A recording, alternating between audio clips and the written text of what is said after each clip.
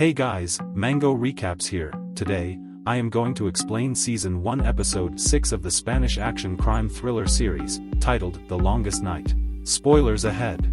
Watch out and please take care. As a disclaimer, this video includes my own analysis, commentary, and it's not a substitute of the full movie. Click the link below to watch, buy or rent the movie. This episode begins up on the rooftop. Simon reminds Hugo to make the call, and wants to go outside as there are jammers everywhere. The time is running out and Laura's life is still at stake.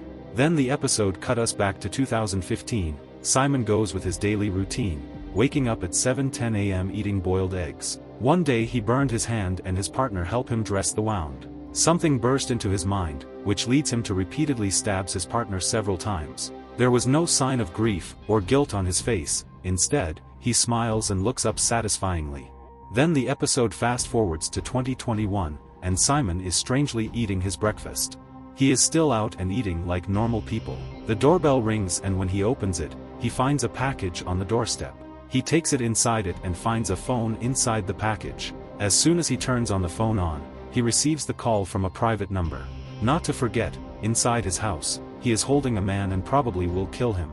In the present, at the prison, Lennon and the gang find that Hugo is being blackmailed by Simon and understand the reason why he is so resisting handing over Simon to them. Inside the control rooms, Elisa comes there and informs Bastos that Cherokee killed Espada, and blame him for not being there to save him.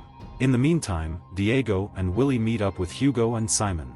When Willie asks about the Macarena, Simon accepts pushing her off the roof. In rage, Willie is about to stand off with Simon, but Hugo and Diego stop Willie. Diego also informs Hugo about the jammers, and suggests going over green blocks, which have the highest point and probably he might get the networks, and make call. Inside the red block, Lennon men are almost there cutting the door. Bastos orders the guard to open the gate, but found that the gang has put Raquel and several guards as the shields. The guards open up the fire, so Bastos quickly order to close the gate again. Inside some cell, Cherokee is mastering his escape plan and asks other inmates to come along with him. As per the plan, he will meet Bastos, get the key and their escapes will be unstoppable. Sarah is not happy with the Cherokee plan, and decides to get rid of them. So, plans with Javi and convinces him by saying that she was in charge of CCTV control, and has footage of the hotel where Russo's gang had framed him for the murder. And asks to find the gun. Only then they will be able to get out from there, and will become able to help him catch his framers. Meanwhile, Hugo and Bastos meet up. Bastos takes Simon with him and handcuffed him to the shelf, denying letting him go with Hugo to the green block. He also finds that Hugo had made the report and submitted it to the judge. Bastos hands over his cell phone and leaves from there. Before Hugo leaves, he goes near Simon, and asks for the cell number to make contact to save his daughter. All he needs to do is to call his daughter's number and say, "Valentina is waiting for you." As per the deal in the previous episode, Bastos frees Russo, and goes to a room where Simon is cuffed. Russo then talks with the gang through the walkie, and tells them that he had cut the deal with Bastos, and orders them not to fire a single shot.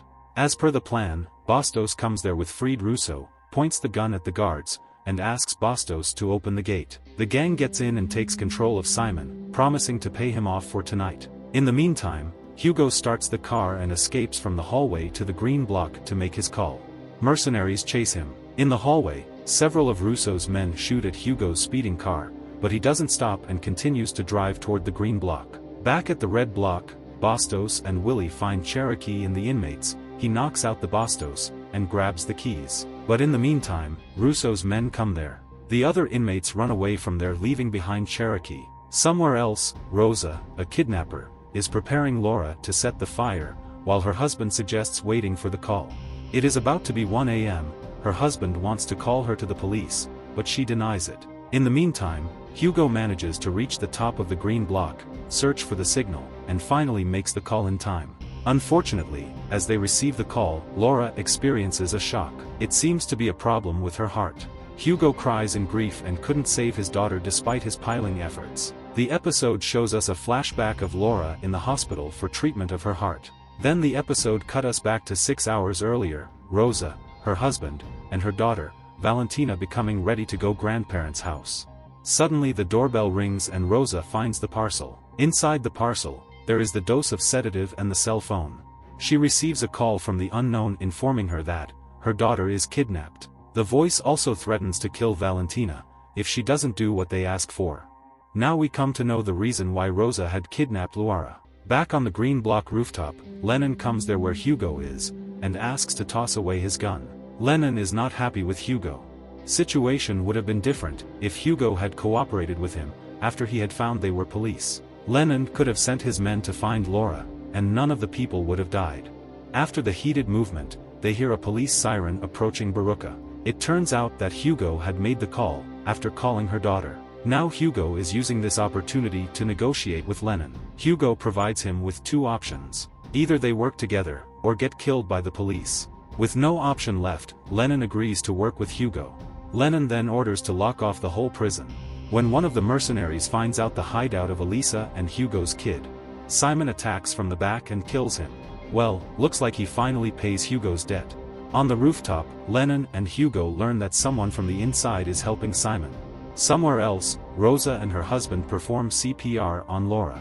The episode shows us photos of Rosa, her husband, Hugo, and the fourth guy.